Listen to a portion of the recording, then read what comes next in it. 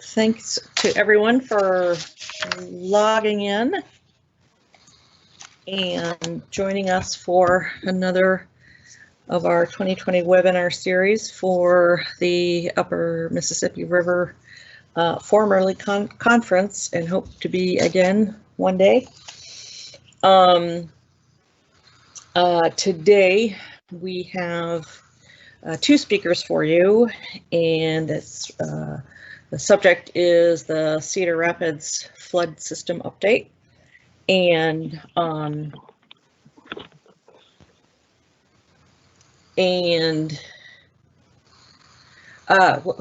sorry, we have Rob Davis from the City of Cedar Rapids, a flood control manager, flood control program manager, and Toby Hunemuller from the Army Corps of Engineers. It's a joint project, so they both have lots to tell us about it. And one other thing I'd like to do before we get started is just to acknowledge our sponsors. I'm Carol Downey. I'm with River Action, and we're the ones that are primarily putting this on. And financially, we are supported by Ashton Engineering and the City of Moline, the Mark Schwiebert Fund for Environmental Studies, Big River Magazine, and the Nature Conservancy. So do please visit those businesses or acknowledge them if you can, or when you can. So let's see, I'm going to give you a little bio on our speakers before we get started. Rob Davis, as I said, he's with the City of Cedar Rapids. He's got 30 years of professional civil engineering experience in his position as Cedar Rapids Flood Control Program Manager. He has served in his current role for the past 5 years, where he leads the planning, design, and construction of the $750 million permanent flood control project for both sides of the Cedar River. Rob is licensed as a professional engineer in Iowa and holds Envision Sustainability Professional Accreditation. He earned a Master of Business Administration from Rutgers University, Master of Science in Civil Engineering from the New Jersey Institute of Technology, and a Bachelor of Science in Civil Engineering from Penn State University. Our second speaker, Toby Hunemuller, he has over 15 years experience at the Corps of Engineers in the Rock Island District. Toby earned a BS in Civil and Environmental Engineering from the University of Iowa in 2002, and a Master of Science in Civil and Environmental Engineering with an emphasis in water resources from the University of Iowa in 2010. Toby spent the first 7 years working as a project engineer for several large navigation and flood risk management projects before transitioning into hydraulics and hydrology in 2010. For the next 8 years, he was the chief of the hydrologic engineering section. In that role, he was responsible for overseeing water resources related projects, including watershed planning and risk communication, levee breach analysis studies, environmental restoration projects, floodplain modeling, and mapping projects. In October 2019, as a result of the receipt of construction appropriations for the Cedar Rapids flood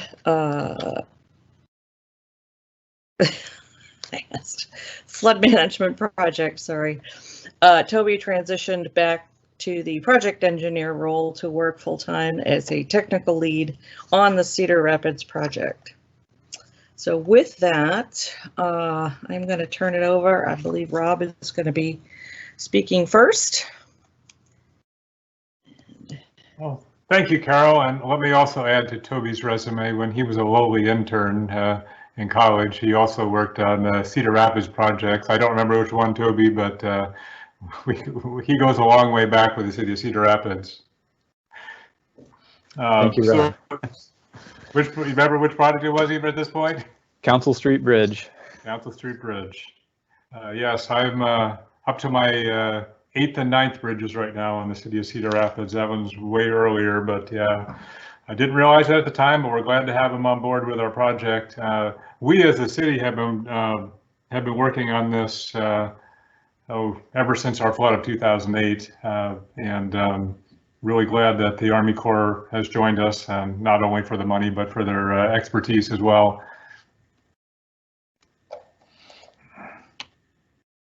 Oops. A little technical glitch there. It's not advancing. Now I think we just lost it.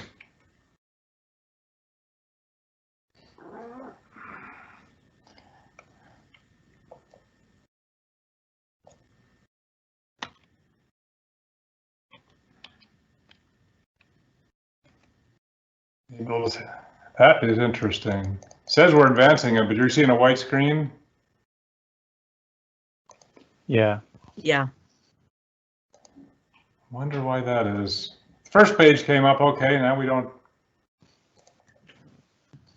Rob, I can share I've got it on my screen. I can share it and then. Okay, why don't you take over and then I'll have you advance it. So can you end your sharing, Rob? He should just go take over it. Okay, there it goes. Okay. Okay, that'll work too. Gotta be flexible on these. That is strange. Okay, so this is what the 2008 flood looked like. If you're familiar with Cedar Rapids, this is the downtown area. You can actually see the bridges, see the light poles of our 1st, 2nd, and 3rd Avenue bridges, a little bit of rippling of the water over the top of our handrails. At that point, the river, probably of what it is today, was maybe more than 25 feet above the river elevation it is today. We crested 11 feet above our previous record. So you kind of think about records might be, go a 10th each time. Well, most of the records previous to that were within a 10th or 2 of each other. And then we have one that's 11.18 feet higher than we ever had. And this is what happens. That's Mays Island. That's where the government city hall is, right in the middle of the river there. So the Cedar River took out about 15% of the city was underwater with this, certainly our downtown area. This 31 feet, as I mentioned, our river gauge is 12 feet for minor flood, 14 feet for moderate flood, and 16 feet for major flood. And this picture on the right, although it's tragic, it is one of my favorite to show because it just really gives you the magnitude of what happened. This is a railroad bridge that crosses from east to west, just upstream of downtown. It's at the Quaker Oats plant, and the houseboats washed downstream from about 2 miles upstream, washed down, and then they all stacked up against the railroad bridge from 1898. Go ahead, Toby. The city had 1,000 blocks flooded. As I said, about 15% of the city, just under 15%, was underwater. The river, which was normally about 800 feet wide, was over a mile wide. $5.4 billion in damages. At the time, it was the 5th largest FEMA natural disaster in the country, public assistance disaster. Unfortunately, I think it was Hurricane Ike back in November of that year, and then how many more after that has pushed us down on the list. But certainly, it would appear that when you look at the history, this is becoming all too frequent occurrence. Go ahead, Toby. Again, just try to imagine 5,390 homes damaged, more than 10,000 residents were displaced. We, to date, have purchased 1,380 properties. Most of them are on our northwest side, and most of them are residential, like you see on the left. You can see this is First Avenue on the right. If you can see, there's there's a sign there for a Blimpie's sandwich shop, and it's, the whole pole is gone. It's just to the top. It's just to the bottom of the sign there. You know, so we were well above the first floor of these buildings being inundated in the downtown area. Go ahead, Toby. So this is the flood control system as we've laid it out. I'm just going to describe it a little bit for you, and then we'll talk about a few of the projects and show you some pictures so you really get the sense of it. But I wanted to show you the pictures first of, you know, just get the sense of the damage. The thing I want to mention is this is really the last thing the city has done or is doing. Going back, you see some news reports that would say the city is just beginning on its flood control system because we were starting to build the system you see on our sheet here. But we have done lots of other things, such as we changed the floodplain management ordinance, updated that. So if you see any new buildings being built, you'll see them about 3 foot higher, the first floor, than the ones adjacent to it. So we've done that. We built a levee around our wastewater pollution control plant.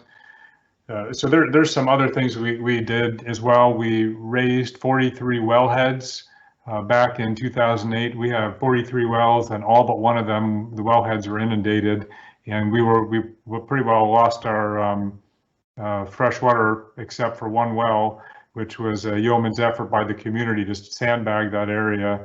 But we've raised every one of those wells now, and we fixed every sewer, lined every sewer in downtown. So we've done sewer levees, protected the drinking water. We protected the wastewater treatment. And really, this is the last part of our system here. These are not the things you should start with. You should start with the there's other things such as also moving the 1,380 properties out of harm's way. I'm going to start on the east side, and maybe Toby, you can take the cursor and move it along. Up on the upper left, you'll see the Cedar Lake area. Things that are in blue are a solid wall, and we put those solid walls in where there's not a lot of real estate. They only require 15 feet or so with foundations, although we'll have a little more for just to get around the outside of them. And then that magenta purple is a levee system. So when we have room, we will put a levee. And if any of you are familiar with Cedar Rapids, we have a levee along, or we call it a levee along the west side on Ellis Boulevard. We'll call that a berm. I mean, when I say a levee, I'm talking about at the downstream end. The levee is at its highest 26 feet tall. It's got a 130-foot base, and it's got a 15-foot top on it. So it is a major structure, and a good portion of this work actually goes on underground. We remove ground, put a clay cutoff trench below that, or we'll drive sheet piling if it's a wall to make sure we don't have water seeping under our system. So again, a lot of the stuff that people like to see is what's above ground, but there is just as much below ground. We have, as we get to the downtown area, there's a lot of solid wall in blue. Again, it's really difficult to have a lot of real estate there. And because we don't want to remove the view shed, we really want to try to turn the backs of some of these buildings and have them be the front.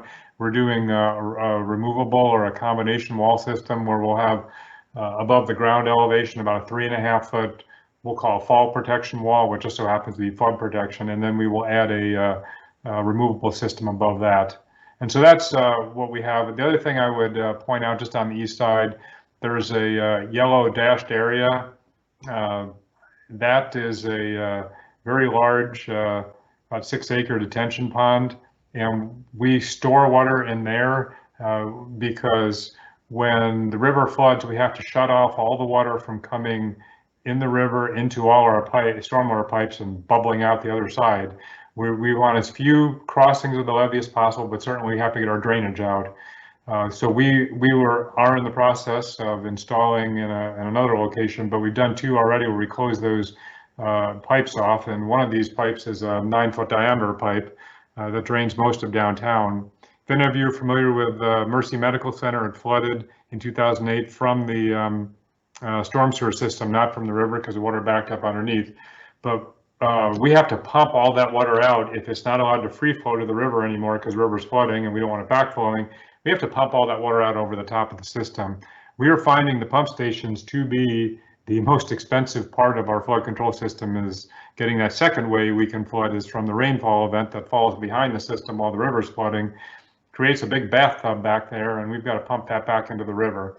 If we can create some stormwater detention areas, such as in that yellow, that is a very resilient way to hold water, so we're not relying solely on mechanical equipment. We can store it there and pump it out in a I would say more efficient manner, so we don't need as large pumps, etc.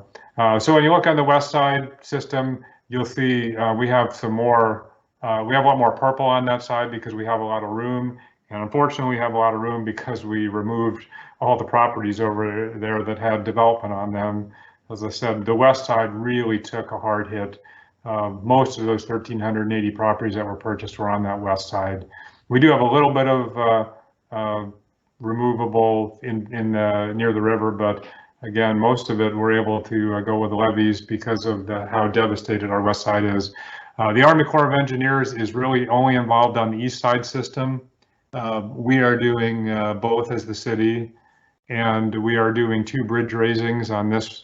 One is the 8th Avenue Bridge, which will be a major thoroughfare, and that will serve as an emergency route for Interstate 380 should there be an incident on that during a flood. It'll also allow us to get back and forth over there to put up this system.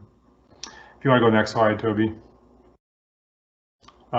Some of those pictures I showed on that these are the pictures of what we're actually building. There were some arrows pointing to 16th Avenue floodgate. This is a rendering.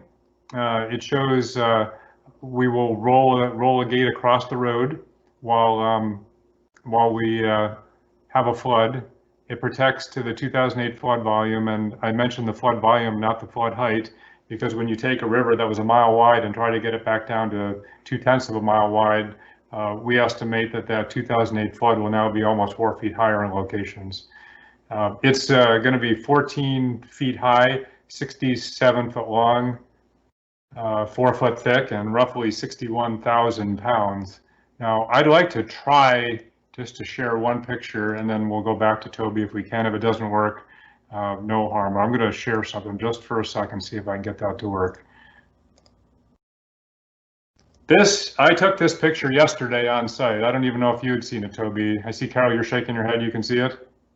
This is our first floodgate under construction yesterday. They just put this on the tracks. It's starting to look like a flood control system. So you see the renderings. This is starting to look pretty close. So what was interesting is looking on there, putting concrete blocks in here.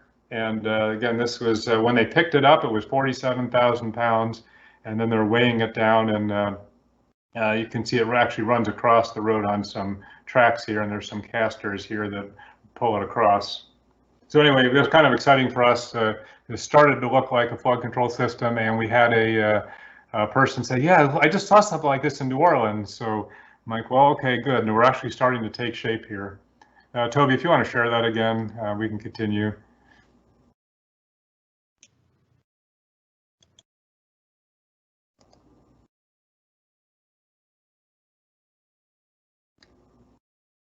Okay, so you want to go to the next slide. So that was what it looked like before the gate went in. You can see the pad that it slides across on. It has to be perfectly level. If you want to go ahead. One of the things we're going to do on top of those supports that the gate will roll between is we'll put some gateway elements on top of those. We have one gate on the east side and one on the west, and one will say the Newbo neighborhood, and the other one we'll have the Czech Village neighborhood. So a little bit of I joke that it's a little bit of smoke and mirrors. By putting something taller than that, you won't actually quite see the gate as much. We're also going to put a park back in front of the gate, so try to soften the look of that with some nicer things to look at. We will put some aesthetic panels on that gate when we're done, but really celebrate with some backlit at night lighting on those neighborhood markers. Go ahead, Toby. This is 3rd Avenue. This is a different type of gate. We are just starting construction on it. In the upper left, this is what you'll see every day. And you can see there's buildings already there on both sides. And in fact, the one on the right is a historical building where you can't touch it. We will build a foundation in the street, and then we will truck in removable vertical posts and then horizontal stop logs. I kind of joke it's like a Lincoln log bridge, and that's what on the lower right you will see when it's erected. We'll be able to put that in there and then take those off. We're looking at storing these materials in a location probably within about a half a mile. We did tour several locations. We may wind up with the same panel system or something very close to what Davenport uses around their baseball stadiums. So you're actually, if you've seen those, they're around. University of Iowa has some too, but I know that being in the Mississippi in the last year, both Rock Island and Davenport had theirs up. So it'll be similar technology to what they have. Go ahead, Toby. Again, they're stackable.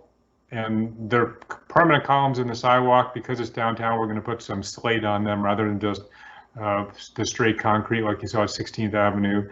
And we will not have to roll that gate, or not have to put that gate in until about River Stage 22. And you heard me say that our major flood stage is 16.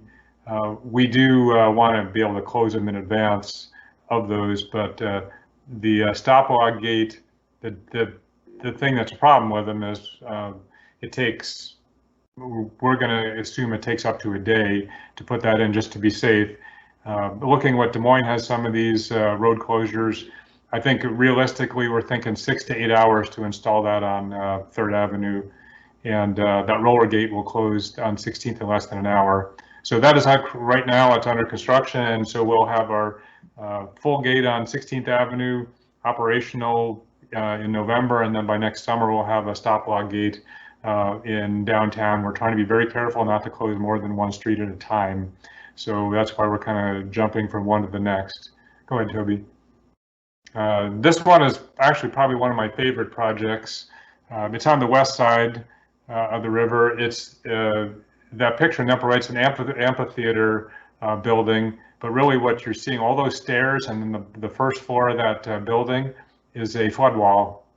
But if you go to an amphitheater show right now, what you'll see is a whole bunch of trailers sitting outside with all the, for all the chairs and what other amenities are needed. You also see a lot of porta-johns out there.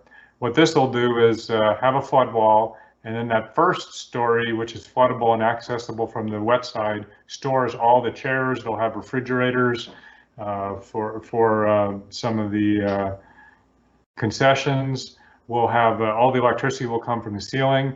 And then the second floor is a restroom building that will serve up to crowds of 2,000. So now we've eliminated the porta-johns, we've eliminated the storage, and the best thing is you won't even realize it's actually a flood wall disguised as those things. So that'll be that'll be ready for the 2021 amphitheater season. Keeping your fingers crossed. There's only been about 3 shows there all year, and we just tried some in the last month because of COVID. But it'll be a much nicer experience for the patrons. Go ahead, Toby. This is we have a park and ride lot on the east side of the river, and we're going to kind of repurpose that, and we're building a levee right now there. I put this one up just to kind of emphasize a point. That 16th Avenue project I showed you, the roller gate, that was designed by the U.S. Army Corps of Engineers. I'm sorry, that was designed by the city of Cedar Rapids and is being constructed by the Army Corps of Engineers. And this one on your screen here was designed by the U.S. Army Corps of Engineers in that green area in the levee, and is being built by the city of Cedar Rapids. So we've, wherever it makes sense, we are not too proud. One entity may do the design and the other entity may do the construction, or vice versa. And in case we got 2 going on, we've done exactly the opposite. So we've got a real good teamwork between the local and the federal agencies here.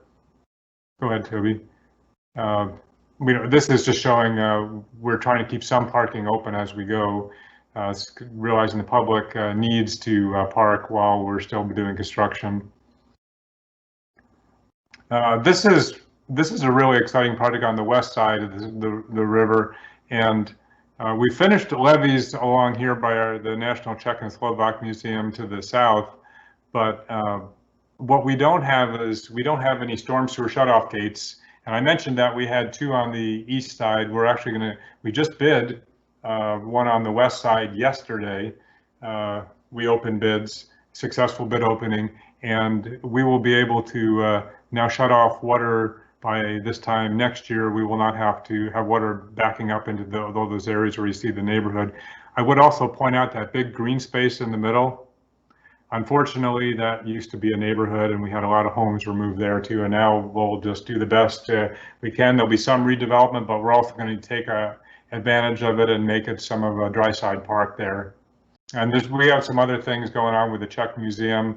If you ever get a chance and Google the National Czech Museum, go take a look at it, because it used to sit along the banks of the river, and it was actually picked up and moved. And there's a time-lapse video on that. If you Google that, you will be able to see that. Go ahead, Toby. This is what we have to do without those underwater stormwater gates. We actually have to take these big manhole cone sections and sandbag every one of these so that water does not bubble up out of all our intakes and manholes. That gate in Czech Village, as I said, was important. We get very excited about that from a maintenance standpoint, because we have to put up over 100 of these just for that one gate, or the storm gate. And I think overall in the Czech Village, one other gate we'll build. It's roughly 300 of those we have to put up. So to not have that water come out and you can shut it off at one location instead of, scores of them, just, tremendous reduction of time. And you're also not relying on pipe plugs, and you can imagine these leak. You can see on the right side we have a temporary pump pumping the water back into the manhole because it leaked around those sandbags at the base there. So those are a big deal to get the underground fight handled as well. Go ahead, Toby. Masaryk Park. I showed you the 16th Avenue gate, and this is one of those things I said we disguised a flood wall as a restroom and a storage building. Here we're going to put on the wet side some memorial markers that used to be there in that general region. You can also look at that picture and see a lot of green space on that map, which was homes removed as well, unfortunately. But we want to make sure it's a very historic neighborhood. We want to keep that in place. So we're actually kind of creating a historic walking trail. And if you want to go to the next slide, Toby. This is what it would look like. We're going to put, you see the arch over the gate on 16th Avenue. You'll see the gate to the left there of it. But what we're hoping you see is a really nice park. There's a memorial to for the Czech Republic, the President Tomáš Masaryk. So that's a monument, a memorial for him. And then we actually even set this up for outdoor weddings. So we do not want to wall the city off from the river. We're doing these things to take advantage of the river. And in some locations like this, we'll feed the power from above and figure we can enjoy the wet side even even if we have a flood system that makes it appear to be walled off. And it'll definitely soften the look of it. Go ahead, Toby. From a sustainability standpoint, this is just downstream of the 16th Avenue. You can see we're putting that is a new trail on top of the levee. It's 12 foot wide, and that will become part of the American Discovery Trail, which stretches from Maryland to California. And so we're really trying to make this something we can live with. The other thing about the if you go to the next slide, Toby. I think we have one on the detention basin. You heard mentioned in my bio about Envision Sustainability Certification. At the time in 2019, this was only the third project in the state of Iowa, one in Dubuque, solar farm, and then one in Marshalltown, a generating facility to receive a sustainability award for infrastructure. This one is something we actually thought about after the fact. We might have gotten a little higher than bronze had we actually tried for it, but it just shows that we can do things to, we repurposed a brownfield site into the detention basin to meter into that pump station that you see there. And one of the things you can't see in here is just with the water in there, and you can see it does hold it. We've got bioretention cells, we've got some recreational amenities, and then we put in about an 1/8 of an acre, just off the base of it, about 1.5 feet high. We put 1/8 of an acre concrete pad. In downtown, we have to truck our snow somewhere. Way back in the old days, they'd just dump it right in the river. Well, there's a lot of cans and garbage and sand and whatever else in that snow that we pick up. We built some baffle systems, and the snow from downtown is actually dumped into this detention basin. We'll have the water will melt off, and then when it's all left, when what's left is the garbage, which we can then sweep up and take care of appropriately. So those types of things, just show that we I think are doing this right. We've got recreational amenities, but we've also got environmentally sensitive amenities as well, so that none of this gets in. There's about three stages there to keep that from getting into the river. Go ahead, Toby. Just a couple other designs under the way, and you can see I'm showing you pictures here. If you're familiar with Cedar Rapids, we're actually, to try to make this park look right, we're actually going to pick up that Tree of Five Seasons and raise it up about 15 feet. And instead of just putting temporary walls or walls in front of it, we're going to raise the whole park up and make basically the whole park will feel like a levee, and you won't even see what we're doing. So we're just having a meeting today saying, okay, where do we put the sculpture in the meantime? If you've seen it, it's rather large, and we're going to have to relocate that so we can build the flood system here. Go ahead, Toby. There's kind of another view. The only thing you'll really see is that gate. First Avenue will have one like 16th Avenue, but beyond that, it'll just look like a park because we've raised it up. Go ahead. We've also worked on some plaza areas here. This is an area that we would show the removable flood walls. We're actually on the right side of that, the dry side of that wall is a 3.5 foot high knee wall, so you can still look over and see the river. And then on the wet side, we're going to extend a bike trail through the community. So right now it doesn't go all the way through downtown, but we're going to extend that further. So our kind of hope is you don't even realize this is a flood control system when you're up on that plaza. You're just enjoying yourself outside, and when need be, we'll just install those removable posts like they have in Davenport, or we showed we're doing on 3rd Avenue. Go ahead.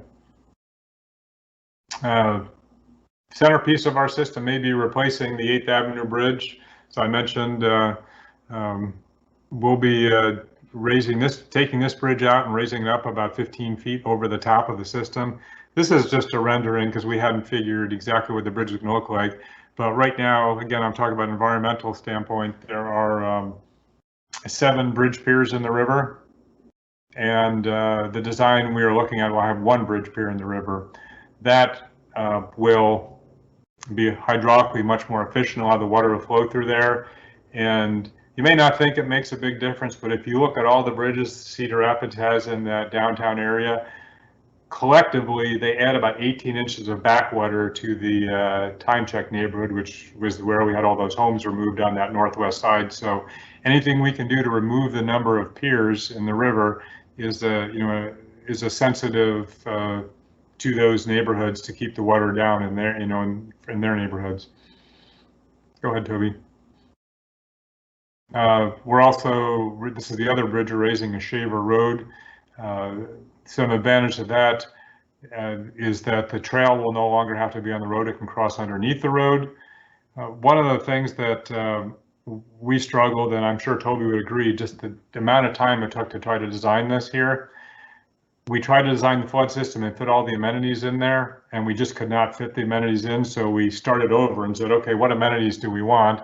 So we wanted a trailhead. Okay, lay out a trailhead. We want a bike fixing station to lay that out there. We want the a urban trout stream instead of a concrete channel that looks like the Los Angeles River. Let's put that in there, and then fit the flood system around all those amenities. So it's kind of a lesson for us that you really have to sometimes design these backwards and figure out what you want this to look like, and then get those structural components in to fit around those amenities. And I think Toby will talk more about this in a little bit. Go ahead, Toby. So that was kind of the end of our pretty pictures, and now we're going to get into a little more detail on how we design this. I'll turn this over to Toby. Thank you, Rob. I realize one of the benefits of, or is a drawbacks, I guess, of a web presentation is I can't always see the audience. So hopefully, if you need to get up and stretch, I'll try not to be too dull here in some technical details. But for those of you who want to know a little bit more about some design aspects and some of the discussions that we've had to get to where we are, I'm going to hit a couple of those on the next few slides. So when the federal funding came in 2018, that really kind of jump-started the schedule on the East Side project. And so, one of the first things that we wanted to do is get all of the teams together, and because the city had been progressing the designs from 2012 to 2018, is kind of get everybody back together, kind of get the core back up to speed. And through that process and kind of revisiting the hydrology and hydraulics, we learned that the DNR had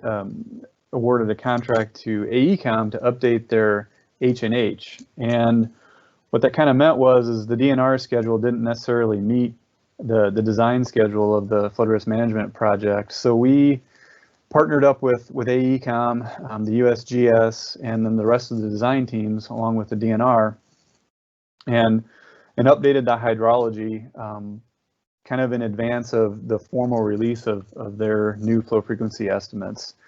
That way, and I'll go through this a little bit more, when we're looking at the elevations of the removables and the knee walls and closures and things like that, we could kind of look at what we think the best estimate will be when those formal numbers are released formally as a part of a map modernization process, map update, physical map update. So of course, from a flow frequency perspective, Bulletin 17C came out, which was a little different than what we've been used to with 17B.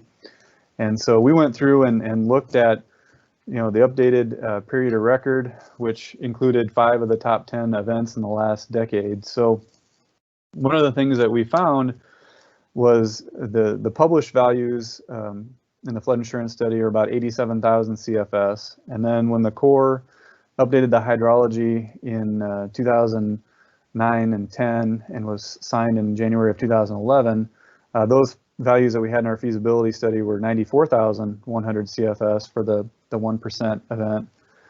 And then when we updated it in January of 19 and kind of got consensus on everything, that 1% flow had gone up to 100,000 CFS. So then what we did is we had a lot of HEC-RAS model simulations looking at kind of the balance of the new flows, which I mentioned was 100,000 CFS for the 1%, and the surrounding terrain, and kind of looking at what's a good balance for the design teams to shoot for the top of that kind of knee wall or the base of the removable flood wall elevation. And so through model simulations, a lot of maps and discussions, we had set the policy that those walls would be designed to 106,500 CFS, and that would allow a little bit of a cushion that if the flow frequency would change in the interim, that the city would still have a base wall system that could be accredited through the NFIP program. So, and really what that knee wall system does is it, because of the height of those, is it really reduces the amount of times that the city may have to install the permanent system. It's high enough that there'll be the normal street closures and closures of the sewer system that Rob had mentioned, but it helps try to balance a lot of frequent flood response versus some more resilient system. So then we updated this document, and we created a series of documents that are design standards. So every time we had a document like this, because one of the things we had is about 9 different design teams working on the east side all at once. And so we would publish these documents to a common design standard manual that then, if a designer ever had a question, they could pull out that design standard and see what the latest information was as far as design profiles, and that way all the teams had the same information at about the same time. So the removable walls, as Rob mentioned, they preserve the river view shed. And here's a couple of photos, one from Rock Island and Schwiebert Park, and we've got one from Grand Forks at a closure there. And you can see we've got the concrete permanent wall, which is kind of that fall protection wall or knee wall that we refer to, and then there's posts that are installed on top of that. And here's a section of the aluminum stop lugs that are then slid in between the posts and then clamped down. The vertical posts, they're quite heavy. There's a lot of back bracing and things that need to be installed to make that system structurally sound. And so there was a number of meetings that we had both with the designers and the city operations teams to really talk through the objectives. And Stanley Consultants really had the lead on kind of coming up with the standards and designing to them, but really working through from the perspective of the operations folks who are going to be lifting these panels. What's a good weight? If you have to be lifting these panels for your 1 or 2 8-hour shifts, what's the worker safety perspective?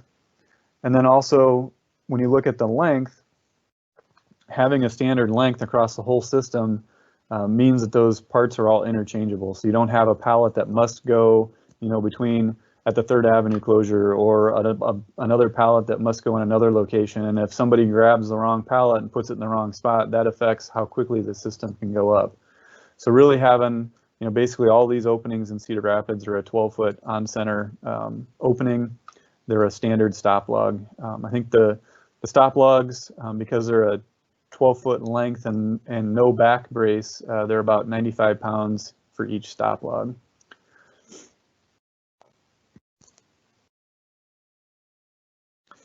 And then the next part of the project that I kind of want to dig in for this audience is the McLeod Run channel. And Rob had mentioned previously in one of his slides, that we're putting in a restored trout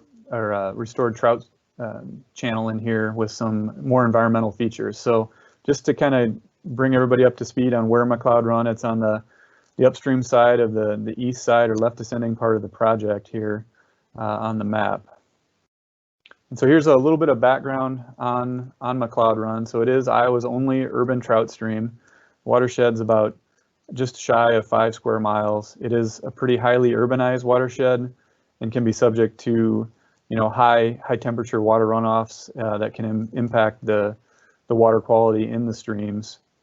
And we're really looking to kind of blend the flood risk management component, which McLeod Run is an FRM channel. There's a capacity that we need that channel to be able to pass and manage the water surface profile, but then also some of the environmental functions, kind of going away from the concrete line channel that's out there.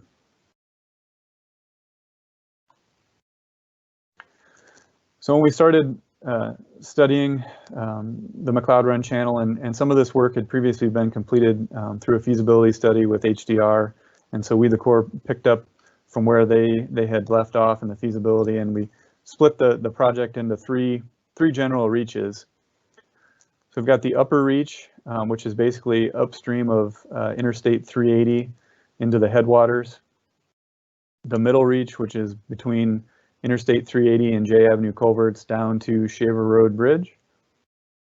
And then the lower reach, which is the concrete line channel between Shaver Road and the UPRR culverts. So each of these 3 areas are very distinctive in the channel layout, the environmental habitat and features that are sustained in each of these reaches. So the upper reach is much more natural. You've kind of got a little bit of a meandering stream, some pools and riffles that you can see in that area. And then we've got that heavily contrasted with the lower channel, which is the concrete line channel with a vertical wall on each side. So there's not a lot of depth, no environmental variability in that habitat.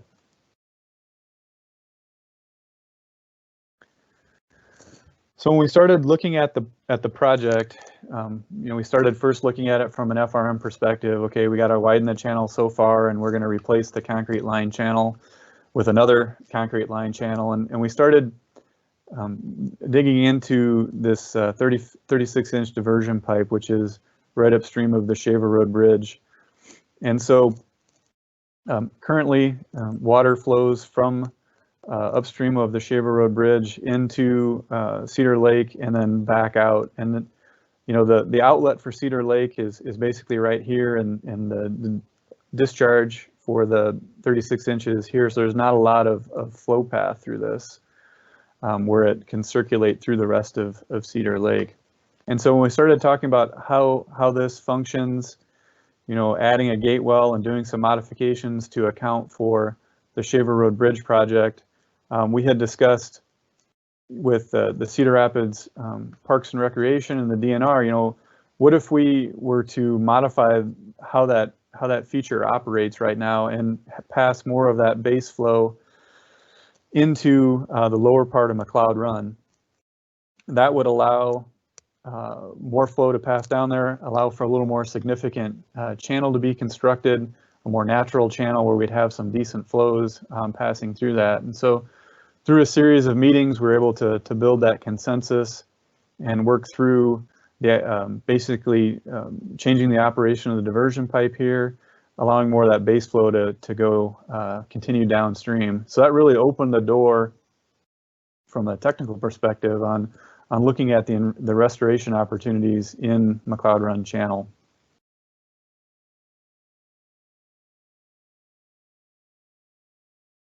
One other feature I wanted to mention here before I move on is, as a part of the channel widening, that's a result of, with the levee embankment on the left descending bank, and then the city's flood wall project on the right, it confines some of those flows within McLeod Run, and that raises the water surface profile. So we're going to be installing 4 new culverts under the UPRR Railroad to mitigate those water surface profiles within the flood risk management system along McLeod Run, and essentially, arrive at a no change condition when we get to J Avenue culverts as a result of the FRM project downstream.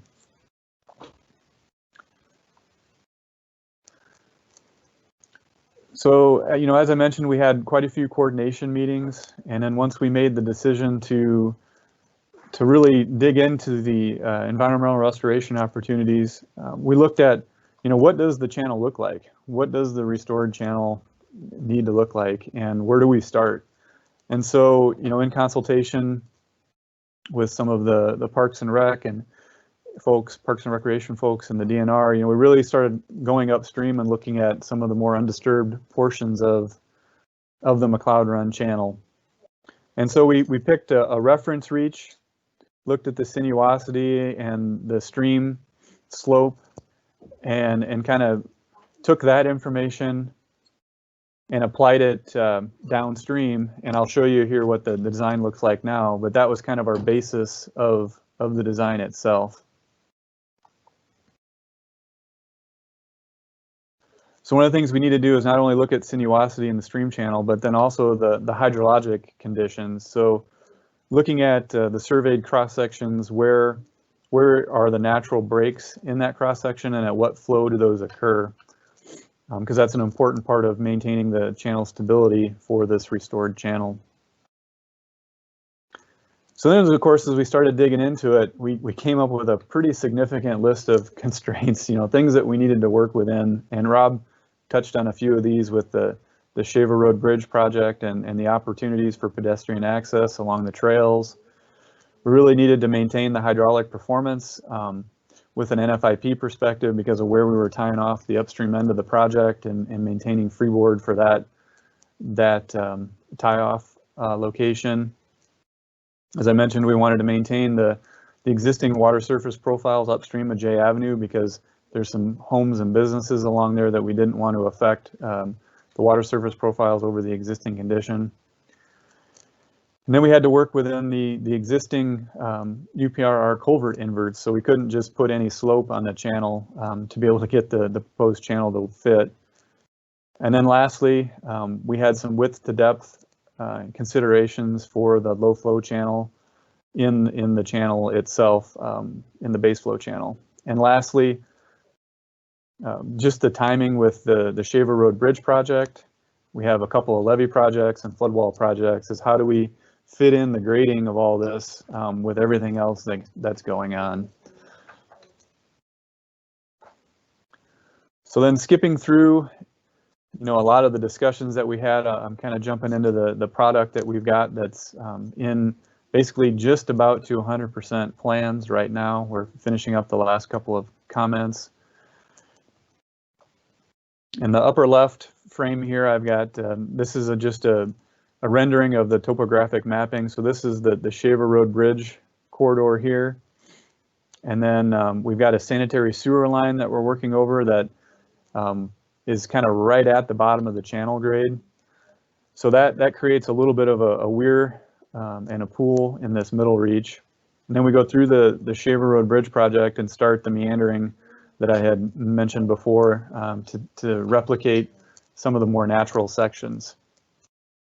And then we've got kind of the low flow base channel, kind of a medium flow intermediate terrace, and then it kind of opens up to the flood conveyance portion of the project once you get above these terraces.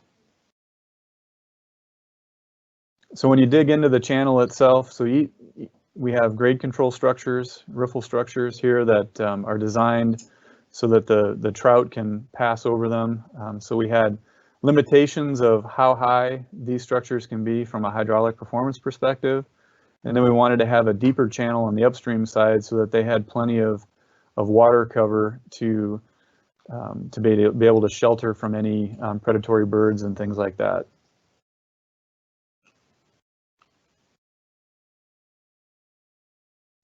So in cross-sectional view, here's our low flow channel, which conveys the base flow, which we took some stream measurements and looked in some historic publications, and it's between 4 and 6 CFS. So that's what this channel is designed for. And we kind of have the first low flow or base low flow part of the channel. It's kind of that first breakout flow size to be able to keep the sediments moving through the system. And then, as I mentioned, we start to break out into kind of those rarer events and into the flood flow cross-sectional portion of the channel.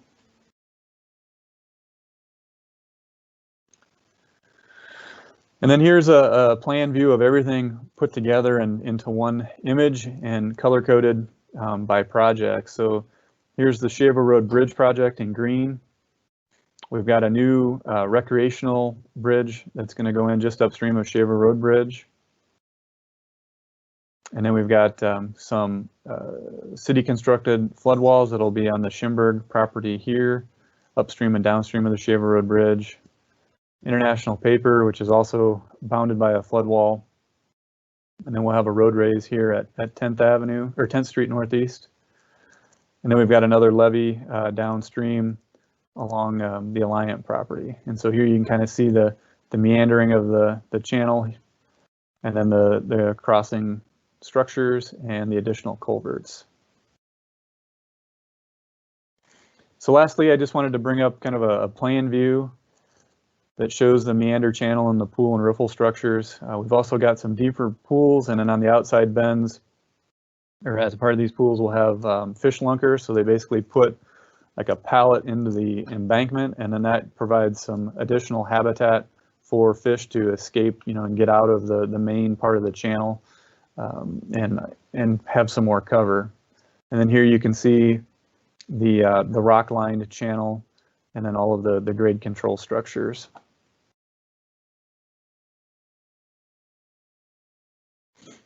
And then this slide, unfortunately, these two cross sections are flip-flopped. So the right side of this cross section is kind of the left side of this cross section. But when I describe the complexity of putting all these projects together, One of the keys that we need to put in first is the UPRR culverts so that we can open up the conveyance and then start building the levees and flood walls. So we had multiple design teams. The Reach One team designed the levee, and then we had our channel team coming in behind designing, the channel itself. And so there's going to be a time period where the channel will be completed and then the levee needs to be built. And so, working on where in the interface here between the two projects, do we show one project in one plan set as proposed, and then it becomes existing in another plan set, so that when the contractors get these packages, they're able to distinguish, what they're building as they're bidding on the project. So it takes just a couple seconds to explain the concept, but we had a lot of meetings to just describe and discuss work limits and how everything is going to fit together when we get to construction.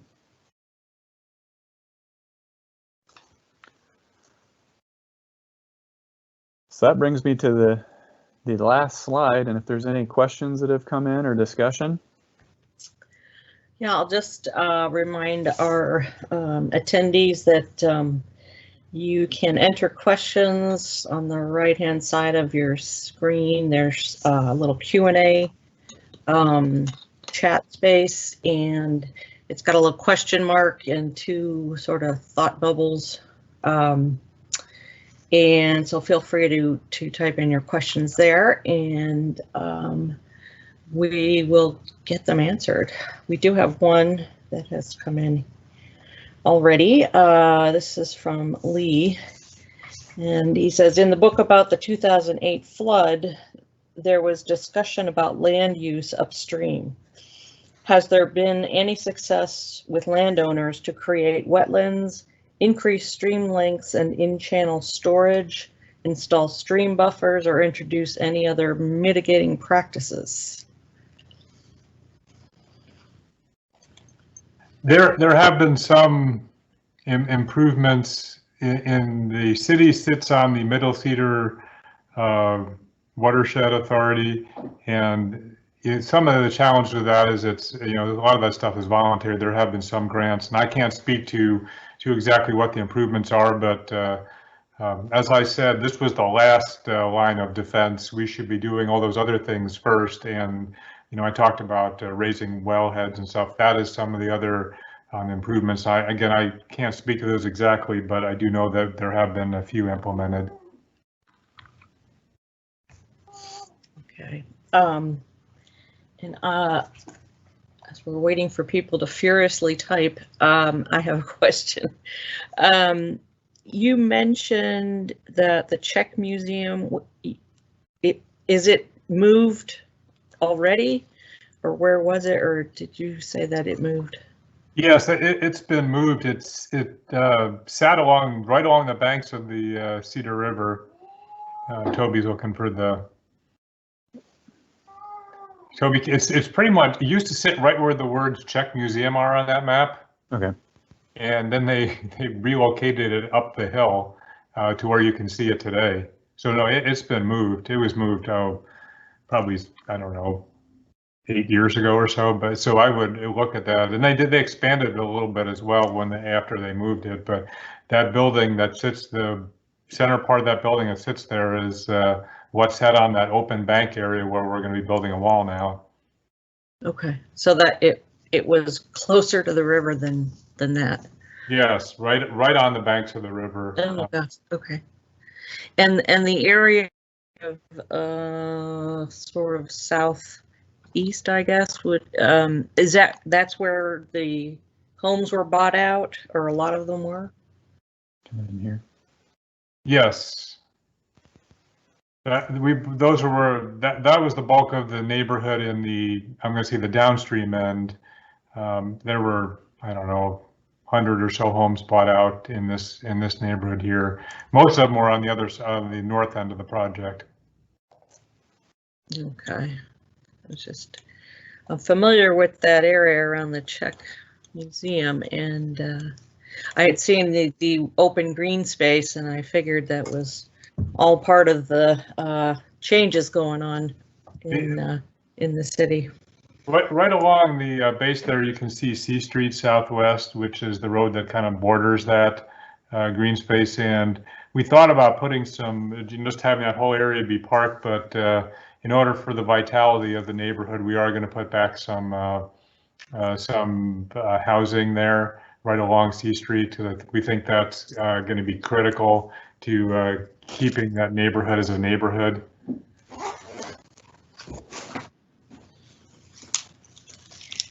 Okay.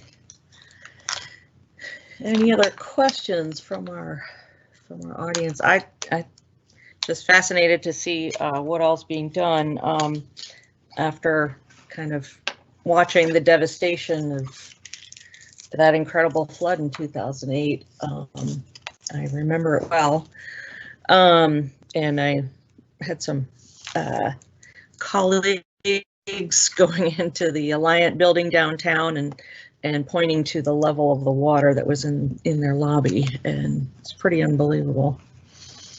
So hard to believe, 12 years later already. Well, I'm not seeing anything else coming in, and I'm checking my email, make sure we're not missing anything. But looks like you've all been very busy, and we might have something here. We do have another question. Jessica, what is the timeline for completion?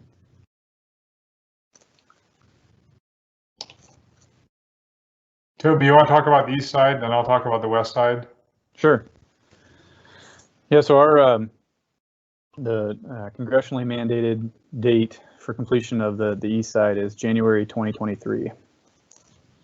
I think we've had a few things where we're going to run a little beyond that, our construction scheduling and just getting things designed and pulled together. But we're trying to get it done here, definitely within the next 4 years.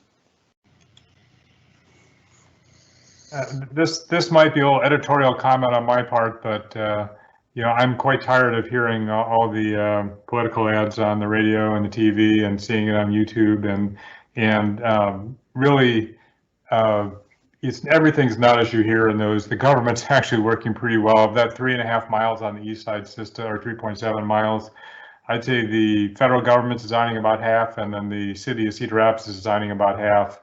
And you know, doing those things, activities, and leveraging our abilities, we'll come as close to that date as we possibly can. But I think you can see just on what Toby showed on McLeod Run, it's extremely complicated. We're trying to get this right, and it's not as simple as just let's just bulldoze through and put a concrete flood wall up, because we want to make sure that this is an amenity for this city and not a we wish we hadn't done this. The west side has got a different funding source. You know, please come to the Cedar Rapids area and spend money. We have a sales tax program that is a 20-year program. It runs through 2035, and basically, as the sales tax increment grows over what the base level was in January of 2014, the city gets to keep 70% of that, up to $15 million a year for flood control. And then the balance of the 30% goes into the state's general coffers. So we're looking to finish that in 2035 when that the rest of the system, when that funding stream ends. It's you know, kind of sad we had a derecho, if you're familiar with that term. I think a lot of us weren't. But you know, 100 to 130 mile an hour winds come through here.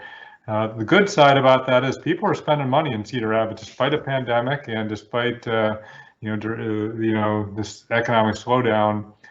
We are not skipping a beat right now in our sales tax revenues for our flood control system. So, you know, I guess you got to find a silver lining there. And 2035 is a current schedule for the completion of the west side. We hope to have that 8th Avenue bridge done about halfway in between those two.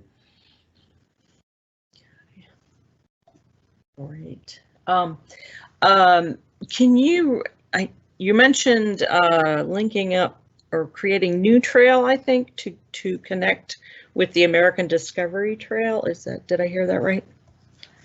Yeah, it's actually on the picture. I don't know how Toby knew you were going to ask that question, Carol.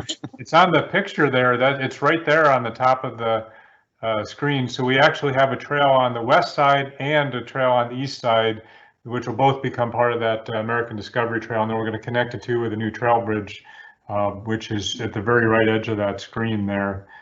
So we're kind of trying to make a loop in that area so you can go on both sides of the river. Okay. Yeah, I've got my Google satellite map open over here too, so zooming in on things. So that's new trail. Yeah, it's a new 12-foot trail. And one of the reasons we thought we really wanted to incorporate that is right now you have to ride on the travel lanes of the 16th Avenue Bridge. And I think it would be nice to have a dedicated trail bridge to cross the river, which we're going to build on the downstream end of, like, you can actually see a couple piers for it in the river right there. That's where the new dedicated trail bridge crossing will be, and you won't have to share the road with the vehicles. Great. Okay. Well, thank you both so much. Really, really interesting to see what all's going on. You've been busy. We can certainly see that. And for our viewers here, some of you have requested certificates of attendance for your continuing education credits, and try to get those out in the next few days.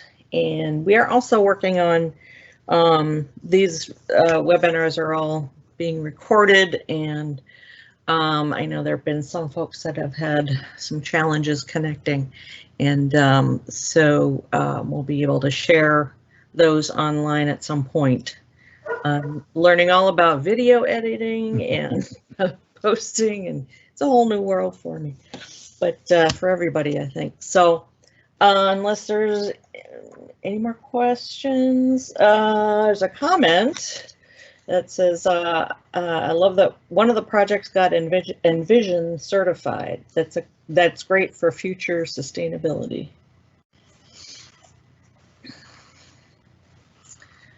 That's definitely it. So, all right, I don't see anything else coming in. So thank you both again, Toby and Rob.